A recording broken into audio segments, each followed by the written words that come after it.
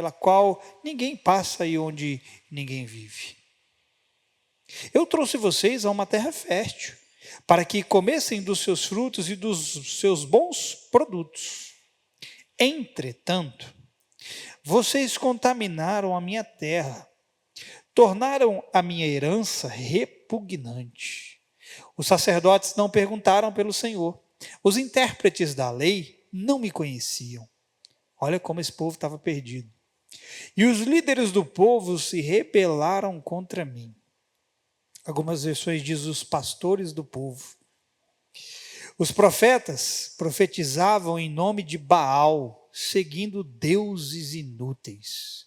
Por isso, eu ainda faço denúncias contra vocês. Isso aqui é forte. Pare e pensa um pouco sobre isso.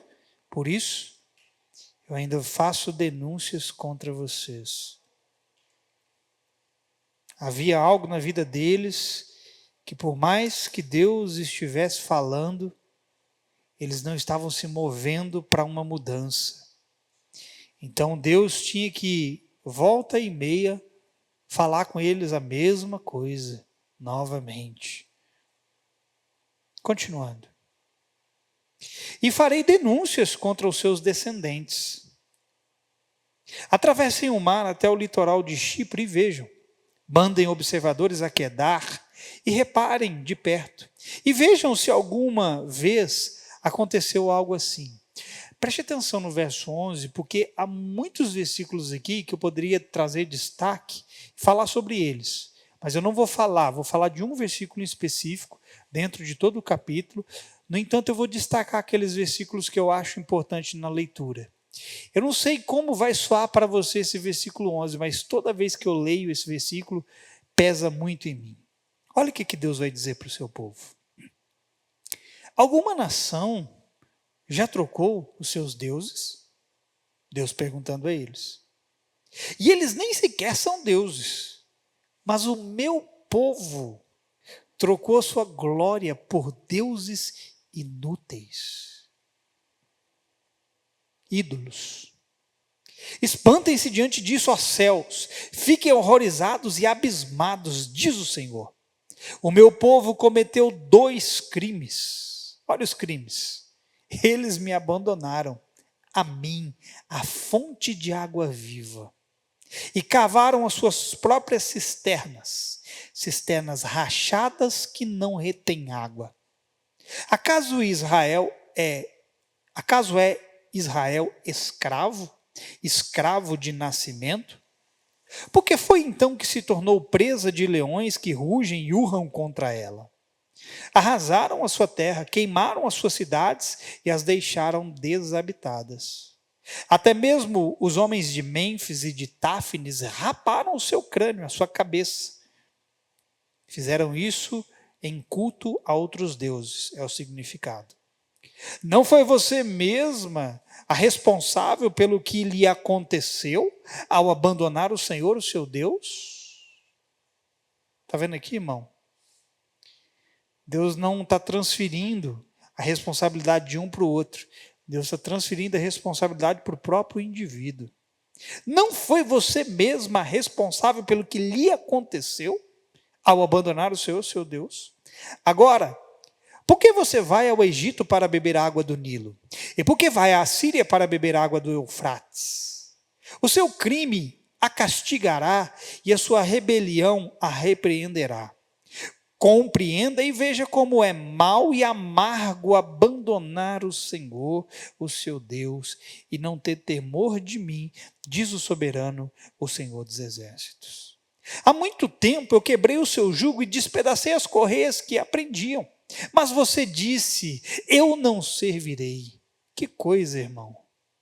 Mesmo tendo Deus libertado eles, feito o que fez por eles, eles ainda se voltavam contra o Senhor e diziam, eu não servirei. Ao contrário, continuando a leitura, em todo monte elevado e debaixo de toda árvore verdejante, você se deitava como uma prostituta. Eu a plantei como uma videira seleta, de semente absolutamente pura. Como então contra mim você se tornou uma videira degenerada e selvagem? Mesmo que você se lave com soda e com muito sabão, a mancha da sua iniquidade permanecerá diante de mim, diz o soberano Senhor. Como você pode dizer que não está contaminada e que não correu atrás dos Baalins, dos seus ídolos? Reveja o seu procedimento. Faça o quê? O seu procedimento no vale e considere o que você tem feito.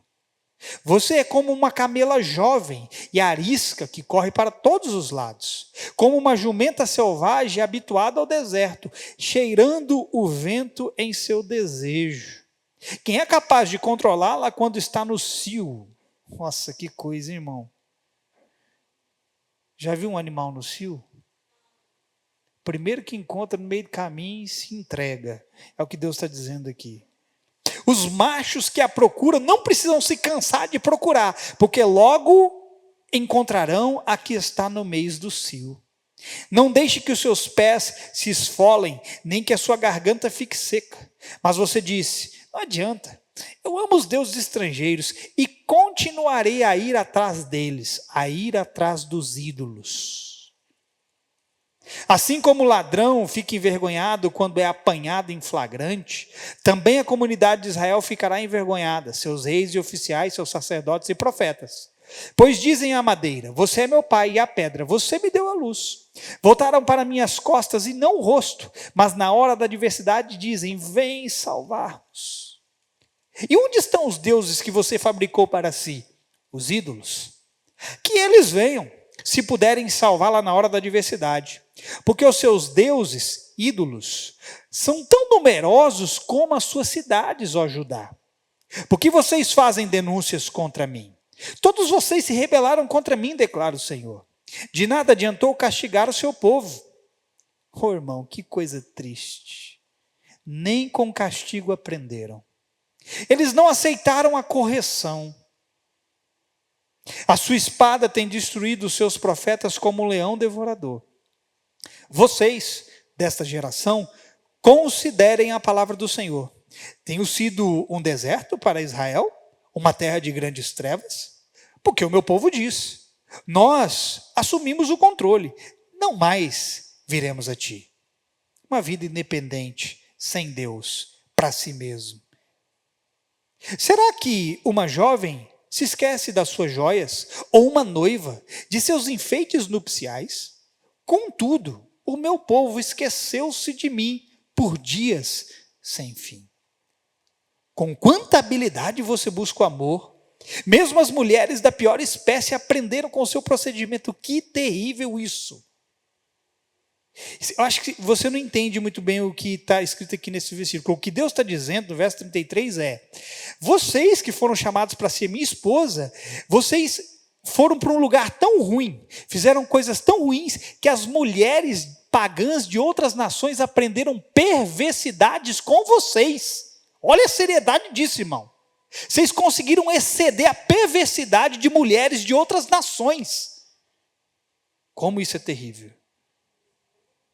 Nas suas roupas encontrou-se o sangue de pobres inocentes, os quais não foram flagrados arrombando casas. Contudo, apesar de tudo isso, você diz, isso é o pior de tudo.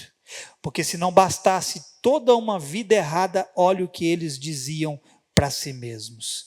Sou inocente, ele não está irado comigo. Mas eu passarei sentença contra você, porque você disse que não pecou. Porque você não leva a sério a sua mudança de rumo, pergunta o Senhor. Que pergunta! Por que você não leva a sério a sua mudança de rumo? Você ficará decepcionada com o Egito, como ficou com a Síria. Você também deixará aquele lugar com as mãos na cabeça, pois o Senhor rejeitou aqueles em quem você confia. Você não receberá a ajuda deles. Amém? Feche seus olhos. Quantas verdades há nessa passagem, Pai. Eu não tenho habilidade para transmitir tudo isso para o seu povo, para os meus irmãos. mas eu confio no seu Espírito, que Ele é capaz de transmitir para dentro de nós a sua verdade como ela é, de forma onde cada um aqui consegue receber da parte do Senhor. Que essa palavra seja transmitida em nossos corações e caia com peso sobre nós. Que a tua palavra caia com peso sobre nós. E esse peso nos leve a um lugar de mudança. Esse peso nos leve a um lugar de arrependimento. Esse peso nos traga de volta a consciência que precisamos para andar contigo. Que a tua palavra possa operar nos nossos corações e nas nossas mentes nessa noite. Te pedimos em o nome de Jesus. Amém. Amém, queridos. Eu vou reler, eu li isso tudo para entendermos o contexto, ok? Mas eu vou reler apenas o versículo de número 5. E eu queria que você olhasse para ele novamente. Assim diz o Senhor: que falta os seus antepassados encontraram em mim, para que me deixassem e se afastassem de mim. Eles seguiram ídolos sem valor, tornando-se eles próprios sem valor.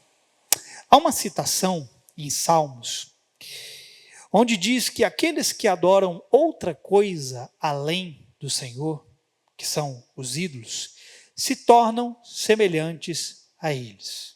Eu vou ler a passagem, Salmo 115, verso 4 a 8 diz assim: os ídolos deles, foi por isso que eu repeti a palavra ídolos várias vezes enquanto eu li o texto, ok? Porque esses outros deuses nada mais são do que ídolos. Salmo 115, 4 diz: os ídolos deles, de prata e ouro, são feitos por mãos humanas. Têm boca, mas não podem falar. Olhos, mas não podem ver. Têm ouvidos, mas não podem ouvir. Nariz, mas não podem sentir cheiro. Têm mãos, mas nada podem apalpar. Têm pés, mas não podem andar. Nem emitem som algum com a garganta. Verso 8. Tornem-se como eles aqueles que os fazem e todos os que nele confiam.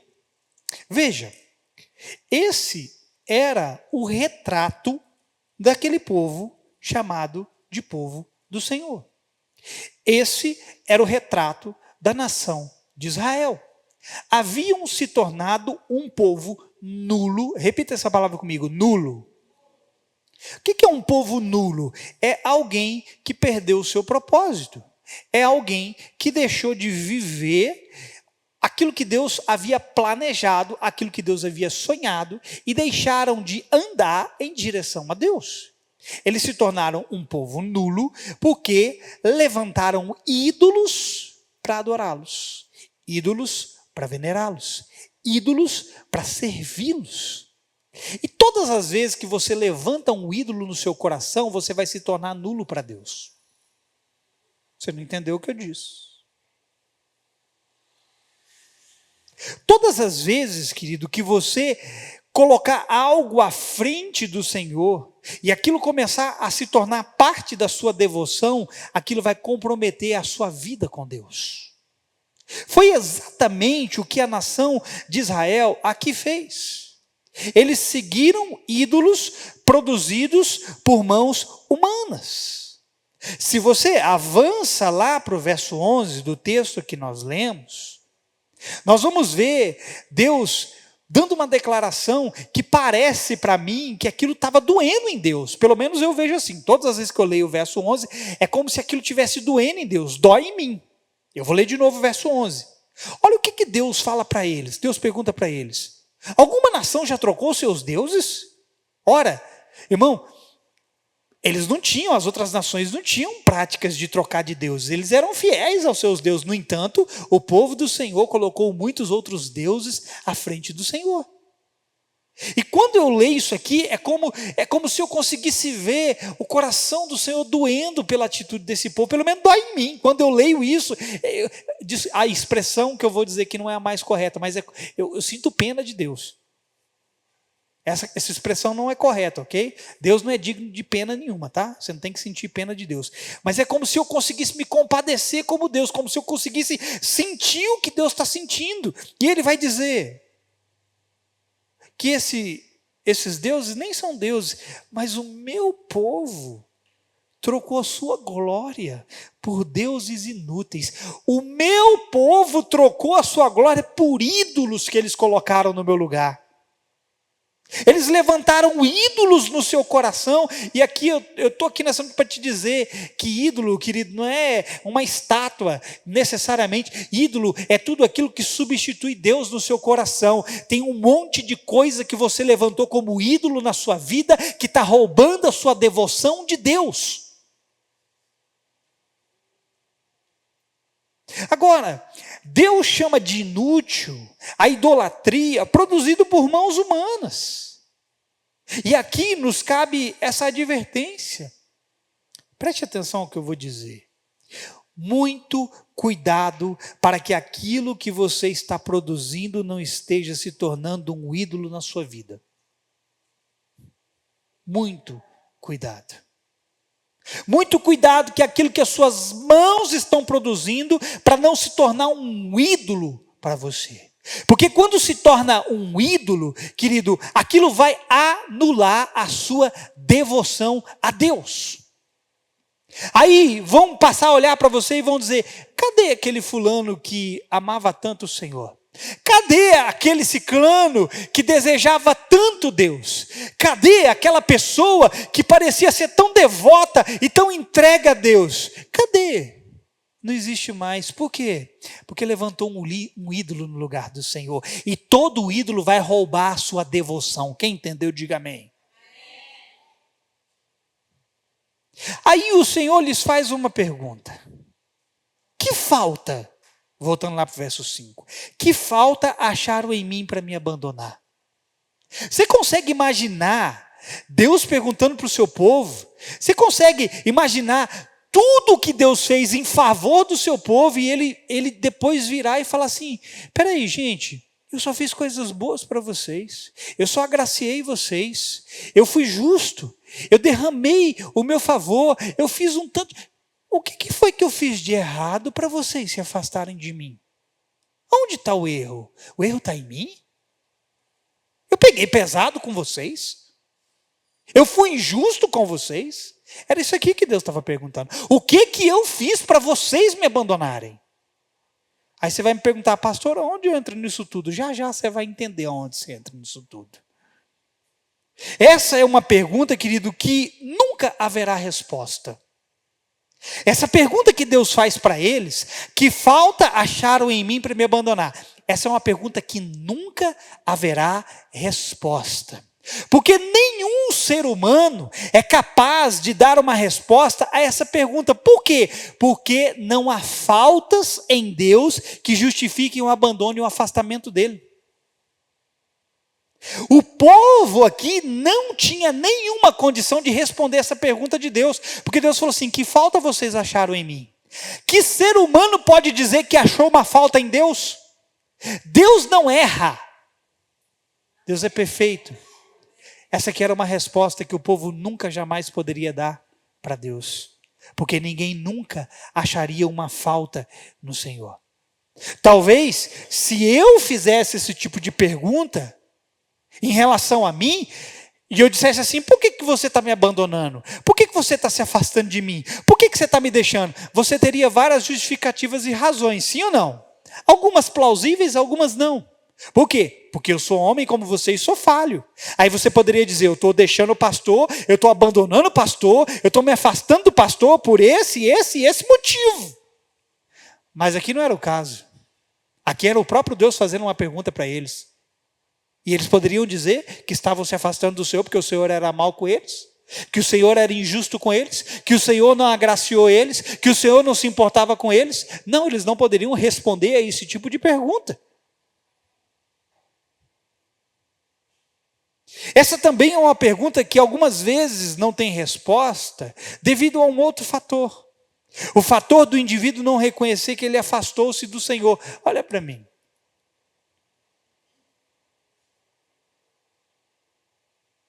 Tem gente que acha que não se afastou e mal sabe o quão distante está.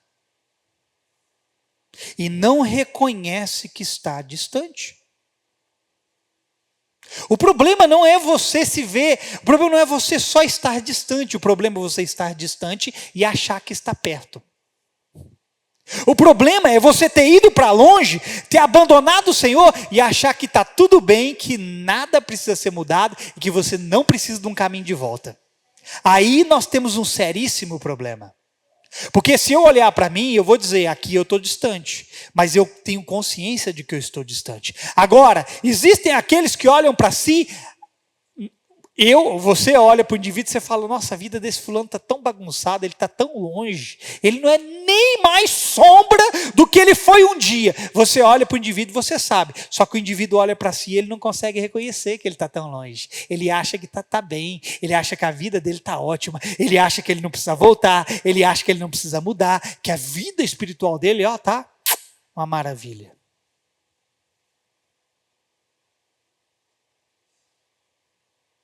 Tem gente, irmão, que se afastou tanto do Senhor, e eles estão conscientes disso.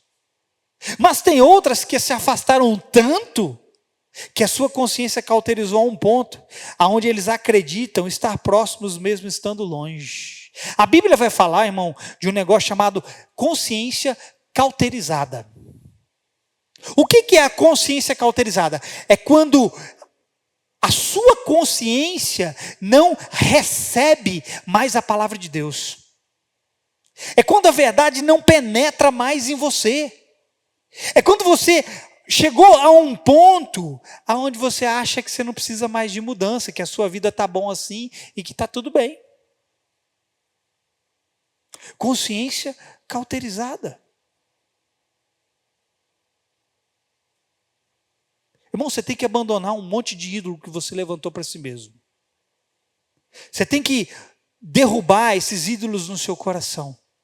E se eu e você acharmos que não temos ídolos, estamos mais enganados do que pensamos.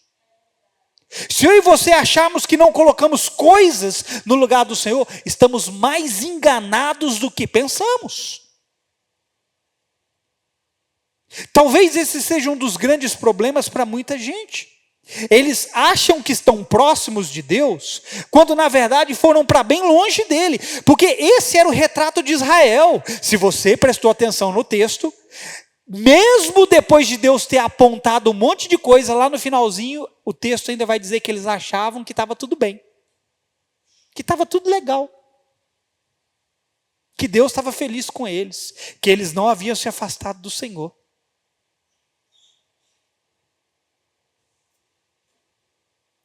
Então nós temos gente nas igrejas que até louvam o nome do Senhor e dizem o honrar, mas os seus corações estão nos ídolos que fizeram para si mesmos. Pode acreditar no que eu estou te dizendo. A igreja está cheia de gente com ídolo no seu coração. Eles estão louvando, eles estão adorando, eles dizem que estão honrando a Deus, mas tem um ídolo ali. E eles acham que estão próximos.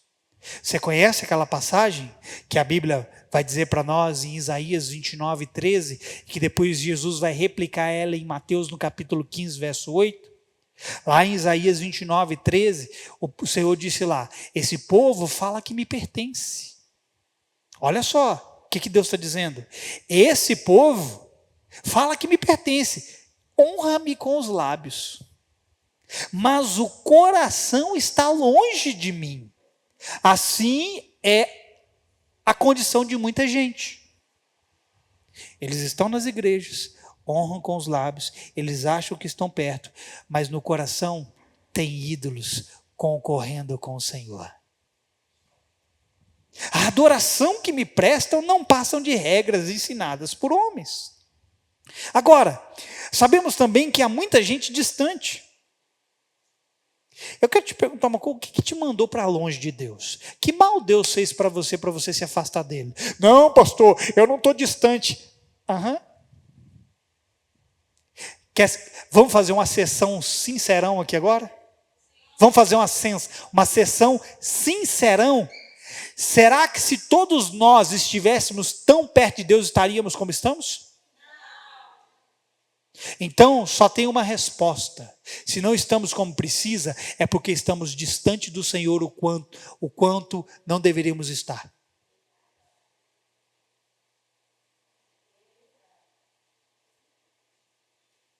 Tem muita gente, querido, que está distante de Deus porque está chateada e revoltada com Deus. Aí acaba abandonando-se. Você conhece alguém assim? Algumas pessoas até têm bons argumentos, né? Elas acham que Deus fez algum mal para elas se afastarem. Que Deus foi injusto, que Deus não deu ou que Deus tirou. Aí elas ficam chateadas com Deus. Por que Deus permitiu com que o mal acontecesse na minha vida ou na vida de quem eu amo? Aí eles ficam chateados com Deus e se afastam de Deus. Só que a maioria das pessoas não é assim. A maioria das pessoas se afasta de Deus porque levantam um ídolo no coração. Aconteceu com Israel. Se afastaram de Deus porque colocaram outros deuses no lugar.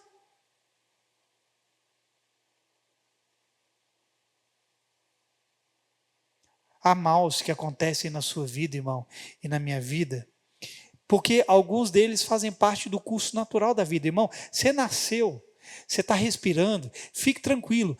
Deus não precisa te fazer o mal, e Ele não vai te fazer o mal. Olha o que eu vou dizer, nem o diabo precisa fazer o mal para você.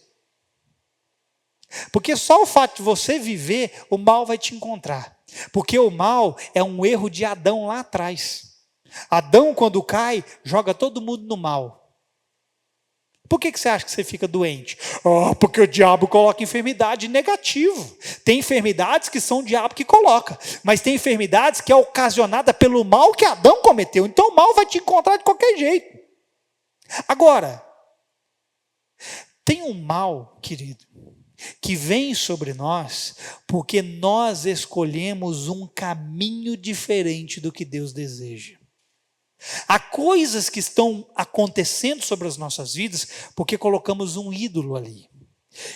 Eu vou repetir o verso 17 e 19, porque foi isso que aconteceu com eles. Israel procurou o mal. Eles foram atrás de outros deuses. Olha o que diz o verso 17. Não foi você mesma responsável pelo que lhe aconteceu, ao abandonar o Senhor, o seu Deus? Verso 19. O seu crime a castigará e a sua rebelião a repreenderá. Compreenda e veja como é mau e amargo abandonar o Senhor, o seu Deus, e não ter temor de mim, diz o soberano, o Senhor dos exércitos. O que Deus está dizendo é o seguinte, o mal que veio sobre vocês é uma consequência do caminho que vocês tomaram. O mal que vocês estão desfrutando foi porque vocês colocaram um outro Deus no coração de vocês além de mim. E eu deixei claro para vocês lá atrás que vocês não teriam outros deuses além de mim.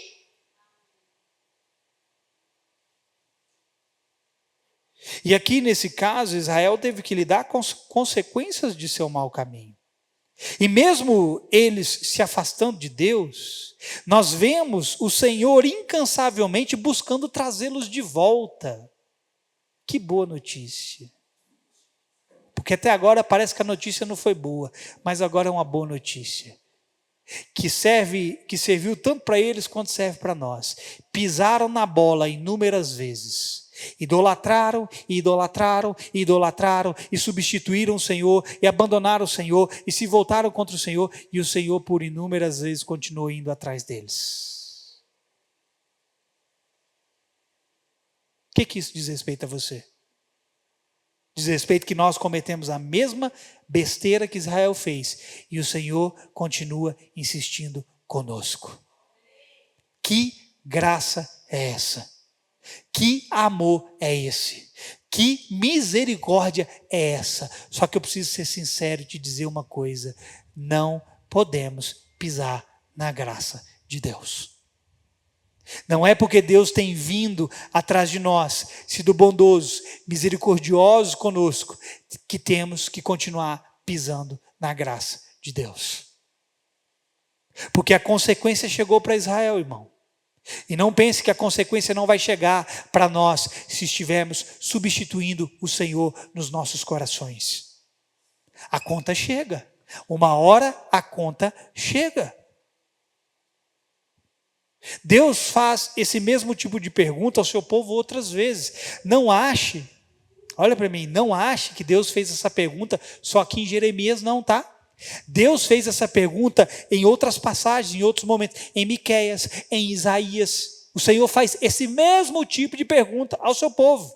Lá em Miqueias, no capítulo 6, verso 3 e 4, olha Deus perguntando aqui para eles: meu povo, que foi que eu fiz contra você? Nossa, irmão, me dá uma dó em mim, tipo assim, eu perguntar, eu leio isso aqui.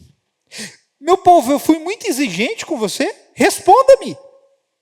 Eu o tirei do Egito e o redimi da terra da escravidão. Enviei Moisés, Arão e Miriam para conduzi-los. Olha isso aqui, irmão. Deus estava dizendo assim para eles, ó: eu tirei vocês da escravidão, eu fui bondoso, fui misericordioso, e se não bastasse isso, eu não deixei vocês sozinhos. Eu enviei ajuda para conduzir vocês. Era o que Deus estava dizendo a eles.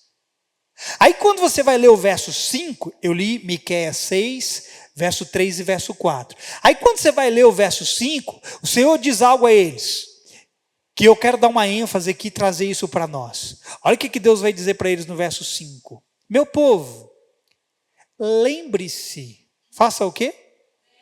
Preste atenção nas 3 coisas que eu vou dar destaque aqui, porque eu vou trazer isso para nós. Meu povo, lembre-se do que Balaque, rei de Moabe, pediu e do que Balaão, filho de Beor, respondeu. Sabe o que Deus está dizendo aqui para eles? Eles sabiam do que Deus estava falando. Balaque, rei dos Moabitas, contratou Balaão, que era um profeta, para amaldiçoar o povo de Deus.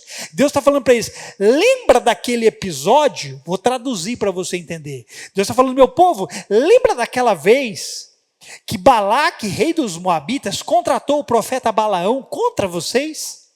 E Balaque queria com que Balaão amaldiçoasse vocês. Lembra o que eu fiz em favor de vocês? Eu disse para Balaão, você não vai amaldiçoar o povo, pelo contrário, você vai abençoar o povo. Deus está pedindo para eles se lembrarem disso. Vai vendo. Só que não para por aí. O Senhor lhes diz mais: recorre-te. A primeira coisa que você faz o quê? Você se lembra. A segunda coisa, você se recorda. Recorde a viagem que você fez desde Sitim até Gilgal. Agora olha a terceira coisa. E reconheça que os atos do Senhor são justos. Você sabe o que aconteceu de Sitim a Gilgal? Veja, Israel foi liberto do Egito. Me dá a sua atenção, não perde não. Israel foi liberto do Egito. Eles começaram a ir em direção àquilo que Deus tinha para eles. Sabemos que demorou 40 anos, que aquela geração que saiu do Egito morreu e que uma nova geração foi que entrou na terra.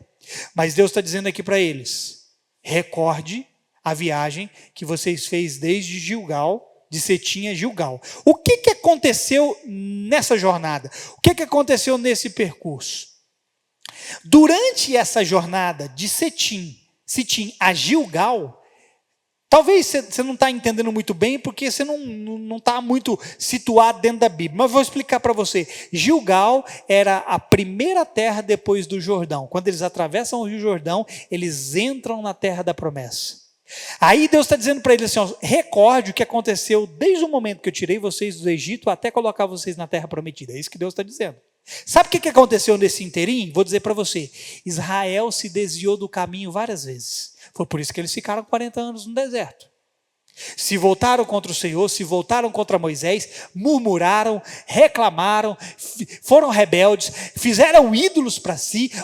Eles se desviaram inúmeras vezes até entrar na terra prometida. Eles se esqueceram de Deus e seguiram outros deuses. Foi nesse momento que Balaque se levanta para contratar Balaão para amaldiçoar Israel. Aí Deus manda Balaão fazer o quê? Ao invés de amaldiçoar, abençoe. Eu quero te dar uma palavra. Você pode ter pegado um caminho errado, um caminho que não traz bênção, mas traz maldição. Mas eu estou aqui para te dizer, Deus está te chamando de volta, porque Ele vai transformar a maldição em bênção. Essa história, irmão, é um lembrete para o povo de Israel de que Deus sempre os protegeu. É por isso que Deus está mandando eles se recordar. Se recorde, vocês pisaram na jaca tantas vezes comigo e eu ainda assim protegi vocês. Mesmo quando vocês se desviaram dos meus caminhos. Agora, o que mais aconteceu nessa jornada que Deus estava querendo lembrá-los? Duas coisas mais aconteceram. Fora os muitos desvios que eles tiveram, duas coisas mais aconteceram. Quando eles chegam no pé do Rio Jordão, aonde? Rio tem pé? Quando eles chegam na margem do Rio Jordão, Deus faz um sinal para eles. Deus faz o quê? Deus abre o Rio Jordão. Essa era outra coisa que Deus estava querendo recordar a eles. Deus abre o Rio Jordão e eles atravessam o Rio Jordão a seco e entram na terra prometida. Essa é a primeira coisa, ok? Agora, a segunda coisa é que depois de atravessarem, havia homens que tinham nascido no deserto que não tinham sido circuncidados. Quem sabe o que era circuncisão? Era o sinal da aliança de Deus com o povo. Então eles entram na terra prometida e Deus fala assim para Josué: Josué, todos esses que não foram circuncidados, circuncide, porque aí está o sinal da minha aliança com eles. O que Deus estava querendo mostrar para o seu povo? As três coisas, preste atenção. Vocês erraram comigo e ainda assim eu protegi vocês. Quando vocês chegaram diante do Jordão, eu abri o caminho e fui à frente de vocês. E depois ainda, eu fiz questão de firmar uma aliança com vocês, o meu pacto com vocês. Deus estava querendo trazer o seu povo de volta para si. Era isso que Deus estava mostrando para o seu povo. Se não bastasse eu ter feito tudo o que eu fiz, vocês me abandonaram. Volte-se para mim, lembre-se de todos os meus feitos em seu favor.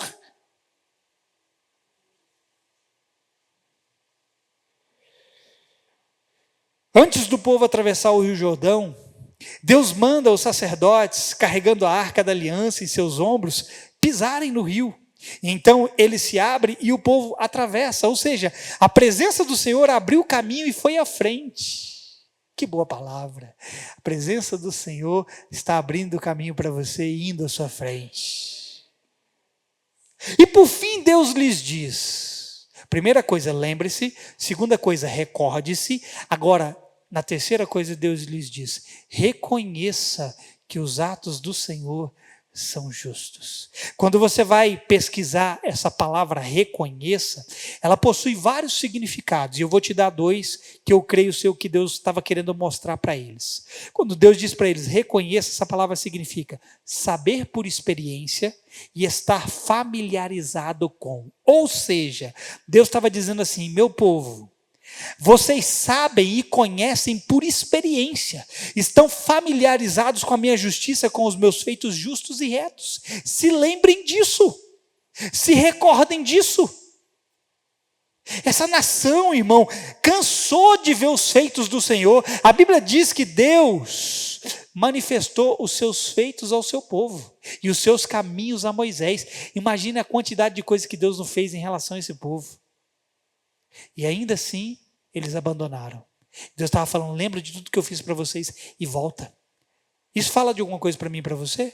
Lembra-te, pois, de onde caístes e volta. Ei, ídolos vão causar a sua queda. Todo ídolo levantado nos nossos corações vão fazer a gente cair. E o caminho de volta é derrubar esses ídolos, é mandar esses ídolos embora. Então o Senhor mandou eles fazerem três coisas: lembrar, recordar e reconhecer. Olha o que Deus estava querendo mostrar para eles. Eu vou dar 3 passagens bíblicas para ilustrar essas 3 coisas: lembrar, recordar e reconhecer. Que era o que Deus queria fazer com eles e é o que Deus quer fazer conosco aqui nessa noite. Lembre-se, recorde e reconheça. Lembre-se de tudo que Deus já fez por você. Traga à sua memória aquilo que pode te dar esperança e reconheça que tem coisas da sua vida que tem que sair. Em Deuteronômio 8,18, o Senhor vai dizer: lembrem-se do Senhor seu Deus, é Ele que lhes dá a força para serem bem-sucedidos, a fim de confirmar a aliança solene que fez com seus antepassados, como hoje se vê. Em Salmo 77, 11 e 12, o Senhor diz, a Bíblia diz lá: recordarei os feitos do Senhor, recordarei os teus antigos milagres. Deus não faz nada mais por mim, Deus não se preocupa com mim. Lembre-se do que Ele já fez e creia, Ele vai fazer novamente. Verso 12 diz: meditarei em todas as tuas obras e considerarei todos os teus feitos. Em Provérbios 3,6 ele diz: reconheça o Senhor em todos os seus caminhos e Ele endireitará as suas veredas. Era exatamente essas três coisas que Deus estava buscando com o seu povo, que Ele continua buscando conosco hoje. Era para esse lugar que Deus os estava conduzindo e os chamando de volta. Hoje, essa história é um lembrete para todos nós, que mesmo quando nos desviamos do caminho, Deus está sempre lá para nos guiar de volta. Eita! Fica onde você está então.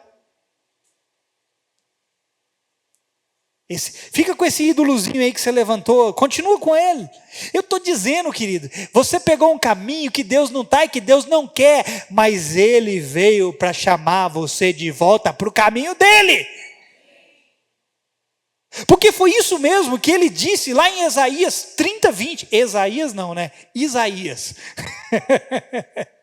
Isaías 30, 21, olha o que Ele disse: quando vocês se desviarem para a direita ou para a esquerda, ouvirão atrás de vocês uma palavra dizendo: este é o caminho, andem por ele.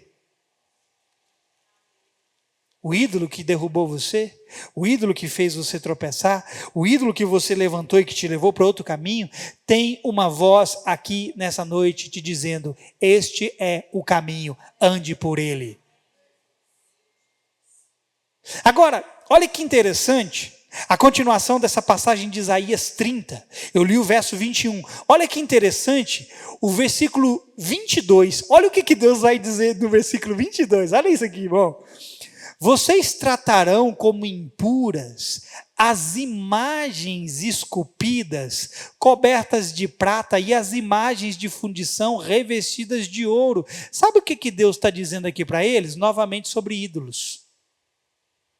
Deus está dizendo: quando vocês pegarem um caminho aonde eu não quero que vocês peguem, e vocês cheguem a um lugar onde eu não quero que vocês cheguem, vocês vão ouvir sempre uma voz por detrás de vocês dizendo: vocês estão no caminho errado, pega esse caminho. E quando vocês pegarem esse caminho, sabe o que vai acontecer?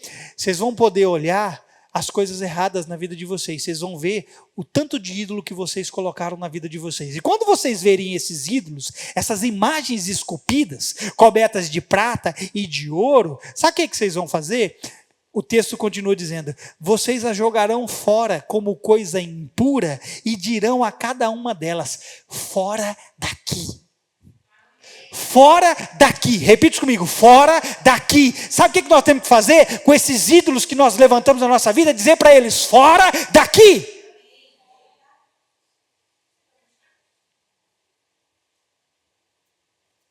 Porque era sobre isso que Deus estava falando com eles, sobre os ídolos que fizeram para si mesmos, ou que tomaram de outros povos para adoração no lugar do Senhor. Então eles tratariam como impuro, ou seja, algo que os comprometia, e diriam: fora daqui. Irmão, eu vou dizer algo para você, estou indo para o final. É no caminho que nós reconhecemos as coisas que estão erradas na nossa vida. Não é fora do caminho, é no caminho. É por isso que essa voz, quando a gente erra, ele diz: volta para o caminho, porque é no caminho que você vai descobrir o que me agrada, é no caminho que você vai poder ver o que está errado na sua vida, é no caminho que você vai ver os ídolos que você levantou. Não é fora do caminho, porque fora do caminho eu passo a tratar o ídolo como algo normal e aceitável. Mas no caminho não há espaço para dois senhores. No caminho, apenas um Senhor permanece. E talvez, irmão, esse seja o problema de muitos. Não estão reconhecendo os seus próprios caminhos e por isso não estão notando os ídolos que os acompanham e que os comprometem. Enquanto você não voltar, você não decidir falar assim, eu estou cansado, chega, eu sei que o Senhor é a resposta, eu sei que Ele é a verdade, eu sei que Ele é a vida, eu sei que Ele é o caminho. Enquanto você não voltar para esse lugar, irmão, você não vai conseguir enxergar com clareza as coisas que estão comprometendo você. E se você não enxerga as coisas que te comprometem, você vai passar a tratar essas coisas como algo normal, como algo que não tem problema. Eu posso continuar aqui e está tudo de boa. Não, não está de boa.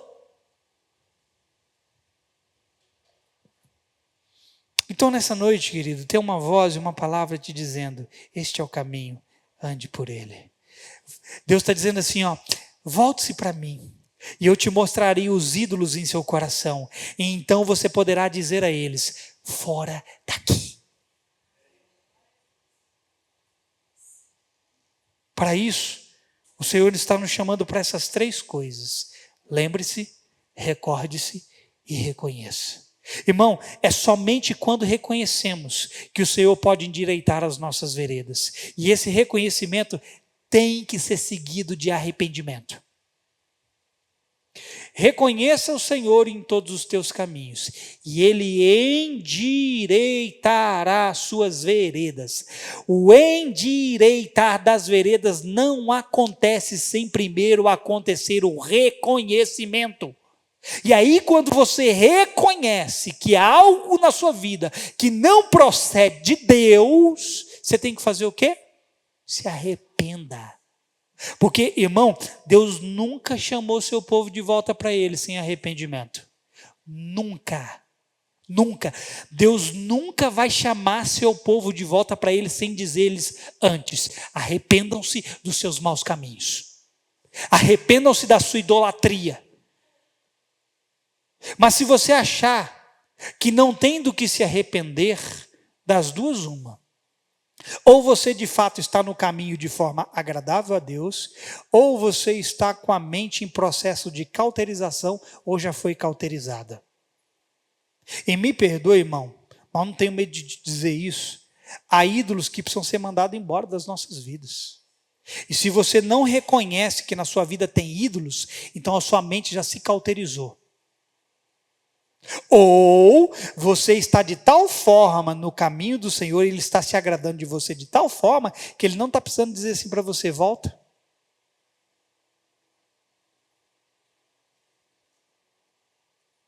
Porque esses ídolos, irmãos, estão comprometendo a nossa devoção a Deus. Você sabe o que é devoção, irmão?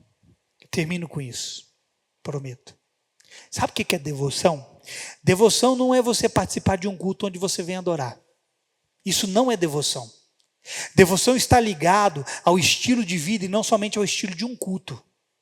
Na verdade, o estilo de vida precisa ser culto constante a Deus. Isso é devoção. Isso é uma vida de devoção. É quando a sua vida cultua a Deus, dentro da igreja, fora da igreja, na sua casa, no seu trabalho, onde que você quer que esteja, você é devoto ao Senhor. Só que os ídolos no nosso coração roubam essa devoção.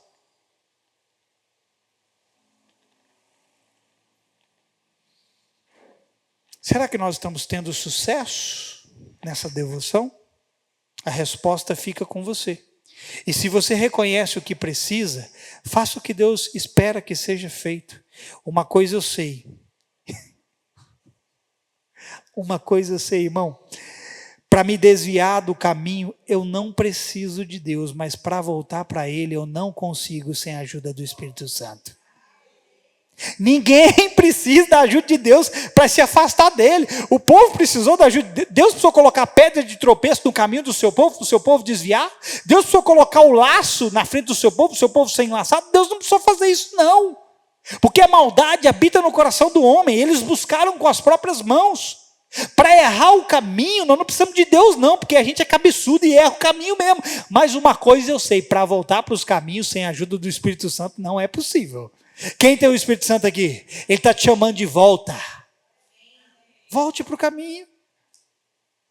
Pega esse ídolo aí que você levantou e diga para ele: acabou para você, fora daqui. Qual é o seu ídolo? Não sei. Responda para você mesmo: você sabe o que está roubando o seu coração de Deus. Quem entendeu?